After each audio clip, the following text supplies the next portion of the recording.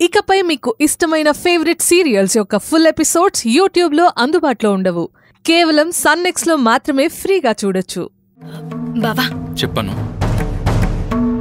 అక్క ప్రాణాలకి ఇంకా ఎలాంటి భయం లేదు.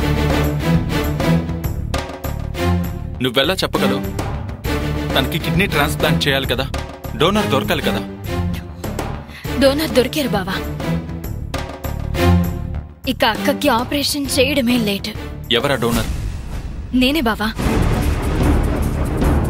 మా అక్కకి నేనే కిడ్నీ ఇస్తాను. చెల్లెలుగా తన ప్రాణాన్ని నేనే కాపాడుకుంటాను. అను, నువ్వు ఇవ్వాలి అనుకుంటే సరిపోదు.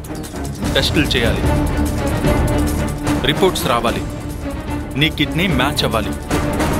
అవన్నీ నేను ఆల్రెడీ చేయించుకున్నాను బావా. నా కిడ్నీ అక్కకి పర్ఫెక్ట్ గా మ్యాచ్ అవుతుంది. నువ్వు అక్షర్కి కిడ్నీ ఇవ్వడం ఏంటను? అదేంటి బావా, మా అక్కకి కిడ్నీ డోనర్ గా నేను పనికిరానా? నా కిడ్నీ అక్కకి సెట్ అవ్వదా? ఈ విషయం మీ అక్కకి చెప్పావా? లేదు బావా, ఇంకా ఎవరికి చెప్పలేదు. ముందు నీకే చెప్పాలనిపించింది, చెప్తున్నాను. నాకా? నాకు చెప్పాలని నీకెందుకు అనిపించిందను? నేనెవరినో బయట వ్యక్తిని కదా. అలా అని ఎవరన్నారు బావా? నేనే అంటున్నాను. నాకు అనిపించిందే చెప్తున్నాను. నువ్వెప్పటికీ పరాయి వ్యక్తివి కాదు బావా. నువ్వు నా... ఆగిపోయేవేంటను? చెప్పు. నీ భర్త నేనే అని చెప్పినా వినడానికి, విని అందరికీ చెప్పడానికి ఇక్కడెవ్వరూ లేరు కదా, నేను తప్ప. మనకి పెళ్ళయిందనే విషయం ఒక రహస్యం. అది సీక్రెట్ గా ఉండిపోవాల్సిందే కదా. నేను నిజం చెప్పలేను బావా. చెప్పి అక్కని నాన్నని బాధ పెట్టలేను. వాళ్ళు మన ఇద్దరం అబద్ధపు పెళ్లి అనే నాటకం ఆడాము అనుకుంటున్నారు. వాళ్ళని అలాగే ఉండనిద్దాం. ప్రతి క్షణం మా అక్క, మా నాన్న, మా శృతి, ఇదే కదా నీ లోకం, ఇదే కదా నీ ప్రపంచం. నీ మనసులో, నీ ఆలోచనల్లో నాకు కూడా కాస్త చోటివ్వను.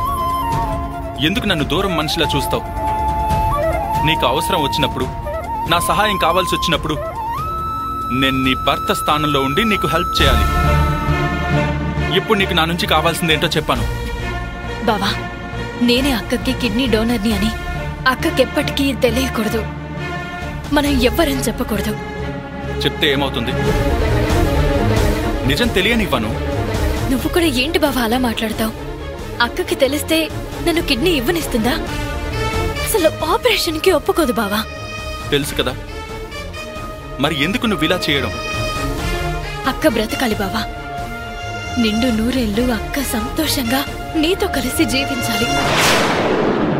నీతో తన జీవితాన్ని పంచుకోవాలి. జరిగిన వాటిని నువ్వు జరగవు అని ఎలా ఊహించుకుంటున్నావను?